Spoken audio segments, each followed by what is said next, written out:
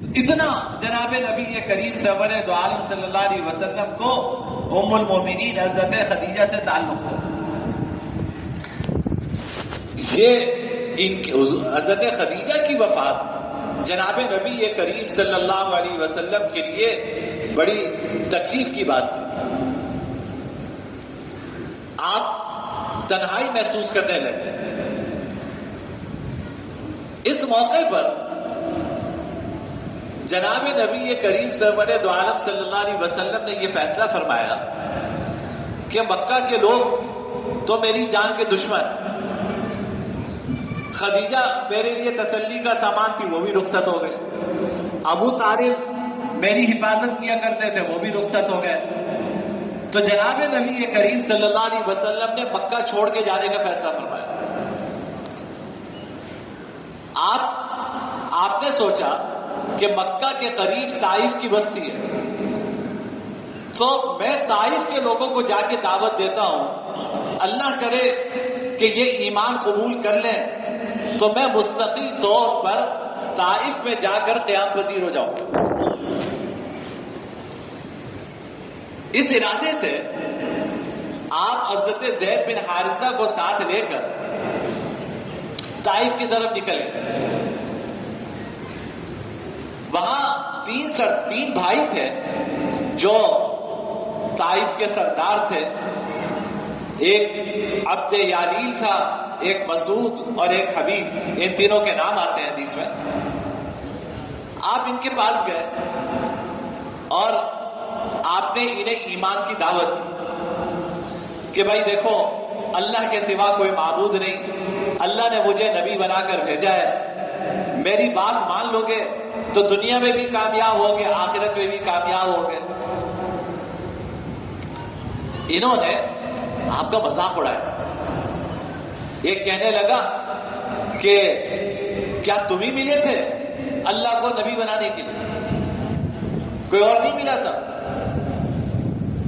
ایک کہنے لگا کہ کعبہ کے پردے کو چیرنے کے لیے اچھا اللہ نے تمہارا انتخاب کیا. دوسرا کہنے لگا کہ بھائی میں تم سے بات ہی نہیں کرنا چاہتا. صرف اتنا ہی نہیں کیا، آپ جب واپس تشریف لے جانے لگے تو انہوں نے طائف کے اوباشوں کو، طائف کے بدماشوں کو اور بچوں کو آپ کے پیچھے لگایا اور وہ راستے کے دونوں طرف کھڑے ہو کر جناب نبی کریم سرور دو عالم صلی اللہ علیہ وسلم اور حضرت زید بن حارثہ پر جملے کستے تھے، برا برا کہتے تھے، پھر پتھر مارنے شروع کر دیے. حضرت زید بن حارثہ آپ کو بچانے کی کوشش میں آپ کا سر زخمی ہو گیا، سر سے خون بہنے لگا. جناب نبی کریم سرور دو عالم صلی اللہ علیہ وسلم کو اتنے پتھر مارے کہ آپ کا جوتا خون سے بھر گیا. اور اسی عالم میں آپ تلاش میں تھے کہ کوئی پناہ ملے. آج بھی وہ باغ ہے جس باغ میں جناب نبی کریم صلی اللہ علیہ وسلم نے پناہ دی. آپ ایک باغ میں گھس گئے.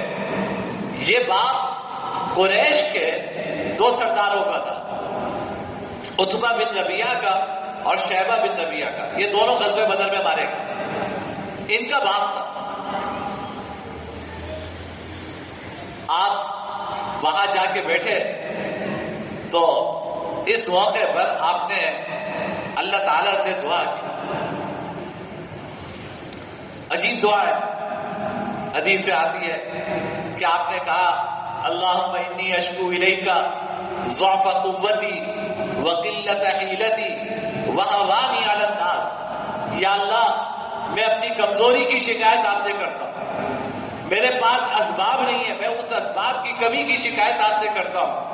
وہوانی علی الناس، یا اللہ میں اپنی قوم کے نزدیک کتنا ذلیل ہوں، یا اللہ میں اپنی ذلت کی شکایت آپ سے کرتا ہوں. الی من تکلنی الی عدوی یتہجمنی او الی قریب ملکتہ امری. یا اللہ آپ نے مجھے کس کے سپرد کر دیا؟ ان دشمنوں کے سپرد کر دیا جو میرے پیچھے لگے ہوئے ہیں. ان لم تکن ساخطا علی فلا ابالی، یا اللہ بس آپ مجھ سے ناراض نہیں ہوئیے گا. اگر آپ مجھ سے ناراض نہیں ہیں تو مجھے کسی کی پرواہ نہیں. اگر آپ مجھ سے ناراض نہیں ہیں تو مجھے کسی کی پرواہ نہیں ہے. غیر ان عافیتک اوسع لی، یا اللہ لیکن آپ مجھے عافیت عطا فرما دیں تو یہ میرے لیے بڑی بہترین چیز ہوگی. یہ اللہ تعالیٰ سے دعا مانگی جناب نبی کریم صلی اللہ علیہ وسلم. اللہ نے دعا قبول کی اور عتبہ اور شیبہ یہ دونوں آپ کے دشمن تھے، اللہ نے ان کے دل میں رحم ڈال دی. انہوں نے خود تو آنا گوارا نہیں کیا، اپنے غلام عداس کو انگور دے کر، انگور کا باغ تھا، انگور دے کر آپ کے پاس بھیجا کہ بھائی اس شخص کو یہ انگور پیش کر دو اور پانی پلا دو. زخم سے چوٹ چوٹ تھے. جب عداس انگور کی ٹرے لے کر آئے تو آپ، یہ نصرانی تھے، عیسائی تھے، آپ نے انگور کھایا اور پڑھا بسم اللہ الرحمن الرحیم، بسم اللہ پڑھ کے انگور کھایا تو عداس دیکھنے لگے، کہنے لگے کہ یہ نام تو یہاں کوئی نہیں لیتا، یہ کیا کلمہ پڑھا آپ نے؟ آپ نے پڑھا میں نے بسم اللہ الرحمن الرحیم کہا ہے. عداس کہنے لگے کہ یہ کیسا کلام ہے؟ کہا، آپ نے پوچھا عداس تم کہاں کے رہنے والے ہو؟ کہا کہ نینوا کا، موصل کا، عراق کا شہر. آپ نے فرمایا اچھا، وہاں تو میرے بھائی یونس علیہ السلام مبعوث ہوئے تھے. عداس کہنے لگے کہ آپ کو کیسے پتا؟ آپ نے فرمایا کہ جس اللہ نے یونس ابن متہ کو اپنا نبی بنایا تھا اسی اللہ نے مجھے اپنا نبی بنا کر بھیجا، اور میں کھاتا ہوں تو اللہ کے نام سے کھاتا ہوں، اللہ کا نام لے کر کھاتا ہوں. یہاں پہ آپ نے آرام فرمایا کچھ دیر، پھر یہاں سے نکلے. ایک اور روایت میں آتا ہے کہ حضرت عائشہ صدیقہ رضی اللہ تعالی عنہ نے ایک مرتبہ جناب نبی کریم صلی اللہ علیہ وسلم سے پوچھا کہ یا رسول اللہ، کیا احد کے دن سے بھی مشکل کوئی دن آپ پر گزرا ہے؟ آپ کو پتا ہے کہ غزوہ احد میں آپ کتنے زخمی تھے. دشمنوں نے وار کر کے آپ کا چہرہ زخمی کر دیا تھا، آپ کی خوف کی کڑیاں آپ کے گال میں گھس گئی تھی، آپ کے دانت شہید ہو گئے تھے. تو حضرت عائشہ نے پوچھا کہ یا رسول اللہ، کیا احد کے دن سے مشکل دن بھی آپ پر کوئی گزرا ہے؟ کہا کہ عائشہ، تمہاری قوم نے احد میں جو میرے ساتھ سلوک کیا وہ تو کیا، لیکن اس سے مشکل دن میرے اوپر وہ گزرا ہے جب میں نے اپنے آپ کو طائف والوں کے سامنے پیش کیا. اور وہاں نہ صرف یہ کہ انہوں نے انکار کیا تھا، بلکہ وہاں کے اوباشوں نے مجھے پتھر مار مار کے زخمی کر دیا تھا. عائشہ، وہ دن میرے لیے احد کے دن سے بھی بھاری تھا. اور پھر آپ نے اسی روایت میں آپ نے فرمایا عائشہ، جب میں تھوڑا سا ان سے بچ کر ایک جگہ میں ٹھہرا تو میں نے دیکھا کہ میرے اوپر سایہ ہے. نظر اٹھا کے دیکھی تو جبرائیل امین تھے. جبرائیل امین مجھ سے کہنے لگے سلام کر کے کہ یا رسول اللہ، اللہ تعالیٰ نے آپ کے پاس یہ پہاڑوں کے فرشتے کو بھیجا ہے. اللہ تعالیٰ پہاڑوں کی ساری ترتیب کا کام اس فرشتے سے لیتے ہیں. یہ فرشتہ آپ کو سلام پیش کرتا. جو ملک الجبال تھا اس نے سلام پیش کیا اور اس نے عرض کی کہ آپ مجھے اجازت دیں تو میں طائف اور مکہ کی بستی جن دو پہاڑوں کے درمیان ہے میں ان دونوں پہاڑوں کو ملا کر ان کو پیس کر رکھ دوں. جناب نبی کریم سرور عالم صلی اللہ علیہ وسلم جو رحمت عالم تھے، رحمت کائنات تھے، پتھر کھا کے زخمی تھے، آپ نے فرمایا نہیں، مجھے یہ امید ہے کہ آج ان لوگوں نے میرے ساتھ یہ سلوک کیا ہے، شاید اللہ ان کی اولاد میں، اللہ ان کی نسلوں میں ایسے لوگ پیدا کر دیں جو اللہ رب العزت کی ذات پر ایمان لانے والے.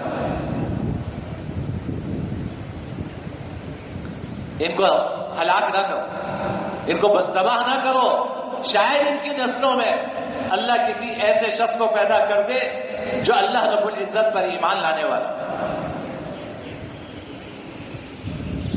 چنانچہ یہ لوگ تو ایمان نہیں لائے، انہوں نے جناب نبی کریم صلی اللہ علیہ وسلم کو پناہ نہیں دی، لیکن اللہ نے ان کی نسلوں سے وہ لوگ پیدا کیے جنہوں نے نہ خود اسلام قبول کیا بلکہ دنیا میں اسلام کے پھیلانے کا ذریعہ بنے. میں اور آپ اگر آج کلمہ پڑھتے ہیں اس خطے زمین پر تو یہاں پہ اسلام لانے کے ذریعہ محمد بن قاسم بنے، اور محمد بن قاسم کا تعلق قبیلہ ثقیف سے تھا، اور قبیلہ ثقیف یہ طائف کا قبیلہ. حجاج بن یوسف بڑا ظالم، اس سے کوئی انکار نہیں ہے، سینکڑوں صحابہ کو شہید کیا اس نے، لیکن اللہ نے اس خطے میں اسلام کا ذریعہ اسے بنایا. وہ بھی قبیلہ ثقیف سے تعلق رکھتا تھا، وہ بھی قبیلہ ثقیف سے تعلق رکھتا تھا. تو اللہ تعالیٰ نے اس ہند و پاک کے خطے کو اگر اسلام کی دولت عطا فرمائی ہے تو یہ ان لوگوں کی اولاد کے ذریعے عطا فرمائی ہے جن کے آباء و اجداد نے جناب نبی کریم سرور عالم صلی اللہ علیہ وسلم پہ پتھر برسائے تھے. یہ ہے نبی کی رحمت کہ پتھر برسانے، پتھر کھانے کے باوجود بد دعا نہیں فرمائی. احد کے موقع پر زخمی ہو گئے لیکن بد دعا نہیں فرمائی، اس امید پر کہ اللہ ان کی نسلوں میں کلمہ گو پیدا فرمائیں گے، اللہ ان کی نسلوں میں ایسے لوگ پیدا فرمائیں گے جو ایمان لے کر آئیں گے. اس سے کتنا بڑا سبق ہمارے لیے ہے. دیکھیں ہم سب جناب نبی کریم صلی اللہ علیہ وسلم کے امتی ہونے کی حیثیت سے ہم سب داعی ہیں. بھائی دیکھو ہم حضور کی امت ہیں، میں بھی ہوں، آپ بھی ہیں.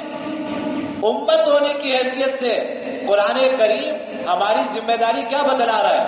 کنتم خیر امت، تم سب سے بہترین امت ہو. 14 پارہ، کنتم خیر امت، تم سب سے بہترین امت ہو. اخرجت للناس، کہ تمہیں لوگوں کے فائدے کے لیے اس دنیا میں بھیجا گیا ہے. تأمرون بالمعروف وتنہون عن المنکر. تمہارا کام کیا ہے؟ تمہارا کام یہ ہے کہ اس دنیا میں جا کر تم لوگوں کو اچھائی کا حکم دینا. تمہارا کام یہ ہے کہ اس دنیا میں جا کر تم لوگوں کو برائی سے روکنا. یہ ہمارا کام ہے. پہلے انبیاء کرام علیہ الصلوۃ والسلام تشریف لاتے تھے. جناب نبی کریم سرور عالم صلی اللہ علیہ وسلم اللہ کے آخری نبی ہیں، آپ کے بعد کوئی نبی نہیں آئے گا. اللہ نے وہ نبوت والا کام ہم میں سے ہر ایک کو عطا فرمایا ہے کہ امتی ہونے کی حیثیت سے نیکی کا حکم دینا، امتی ہونے کی حیثیت سے برائی سے روکنا، یہ میرا بھی کام ہے، آپ کا بھی کام ہے. لہذا ہر ایک اپنے دائرے کار کی حد تک اس کا پابند ہے کہ جہاں برائی دیکھے حکمت کے ساتھ بصیرت کے ساتھ اس برائی کو روکنے کی فکر کرے، اس برائی کو روکنے کی کوشش کرے. ہم سب داعی ہیں. لوگ سمجھتے ہیں کہ دعوت کا کام شاید صرف تبلیغی جماعت والوں کا کام. یہ بڑی غلط فہمی ہے. امتی ہونے کی حیثیت سے اچھائی کا حکم دینا، برائی کو روکنا میرا بھی کام ہے، آپ کا بھی کام ہے. آپ چاہے تبلیغی جماعت کے ساتھ عملی طور پہ وابستہ ہو یا نہ ہو، یہ کام تو آپ کو کرنا ہے۔ اگر اچھائی کا حکم دینا چھوڑ دیں گے اور برائی سے روکنا چھوڑ دیں گے تو پھر اللہ کے عذاب سے نہیں بچ سکیں گے۔ حدیث میں آتا ہے کہ اللہ تعالیٰ نے جبرائیل امین علیہ الصلوۃ والسلام سے فرمایا کہ اقلب قریۃ کذا و کذا، فلاں بستی ہے، اپنے پروں کے ذریعے اس بستی کو آسمان پہ لے جا کے الٹا منہ کے بل الٹ دو۔ جبرائیل امین نے عرض کیا کہ یا اللہ، اس میں آپ کا ایک نیک بندہ بھی ہے جس نے کبھی آپ کی کوئی معصیت نہیں کی۔ اللہ تعالیٰ نے فرمایا نہیں، اس سمے پلٹ دو، میرے احکامات کو توڑا جاتا رہا، میری نافرمانی کی جاتی رہی، اس کی پیشانی پہ بل تک نہیں آیا، میرے احکامات توڑے جاتے رہے، میری نافرمانی کی جاتی رہی۔ یہ کیسا نیک آدمی ہے کہ جس کی پیشانی پہ بل تک نہیں آیا؟ فرمایا کہ اس سمیت اس بستی کو تباہ و برباد کر دو۔ تو میرے بھائی، اب میں سے ہر ایک کا کام، جب میں اور آپ دائی ہیں، اپنے گھر سے شروع کیجئے۔ آپ کے گھر میں اگر برائی ہے، آپ حکمت کے ساتھ اپنے بچوں کو سمجھائیے، اپنی بیوی کو سمجھائیے، اپنے خاندان پہ محنت کریں۔ کوئی نماز نہیں پڑھتا، اس کو نماز کی طرف لے کر آئیں۔ کوئی رشوت میں مبتلا ہے، اس کو رشوت سے اس کو چھڑوائیں، اس کے ہاتھ جوڑیں، پاؤں جوڑیں اس کا کہ خدا کے واسطے یہ حرام کھانا چھوڑ دو۔ کوئی سود میں مبتلا ہے، اس کو منت سماجت کر کے اس کو سود سے بچائیں۔ کوئی جھوٹ میں مبتلا ہے، اس کو جھوٹ سے بچائیں۔ نیکی کی طرف لانا، برائیوں سے روکنا ہم میں سے ہر ایک کی ذمہ داری ہے، ہر ایک دائی ہے۔ جب آپ دائی ہیں تو پھر دائی کبھی مایوس نہیں ہوتا۔ یہ سبق ہے طائف کے اس واقعے میں کہ جناب نبی کریم صلی اللہ علیہ وسلم پتھر کھا رہے ہیں، خون آلود ہے، خون بہہ رہا ہے۔ اس موقع پہ بھی فرشتے سے کہا کہ نہیں، اس قوم کو تباہ نہ کرو، شاید اس کی نسلوں میں اللہ ایسے لوگ پیدا کر دیں جو ایمان کا نام لیتے ہو۔ دائی کبھی مایوس نہیں ہوتا، ہاں موقع کی تلاش چاہیے۔ آپ یہ ضرور دیکھیں گے کہ لوہا کب گرم ہے تب وار کرو، وہ تلاش ضرور کیجئے، لیکن مایوسی نہیں ہے۔ جہاں برائی کو دیکھیں، برائی سے بچانے کی کوشش کریں۔ جناب نبی کریم صلی اللہ علیہ وسلم نے ایک حدیث سے فرمایا کہ میری مثال ایسی ہے کہ جیسے ایک جگہ آگ جل رہی ہے، پروانے آ کے اس آگ میں گر رہے ہیں، ایک آدمی ان پروانوں کو بچا رہا ہے آگ سے۔ فرمایا کہ میری مثال ایسی ہے کہ تم لوگ جہنم کی آگ میں گر رہے ہو، میں تمہاری کمر پکڑ کر تمہیں اس آگ سے بچانے کی کوشش کر رہا ہوں۔ تو جو کوشش حضور کر کے گئے، وہ کوشش ہم میں سے ہر ایک کی ذمہ داری ہے،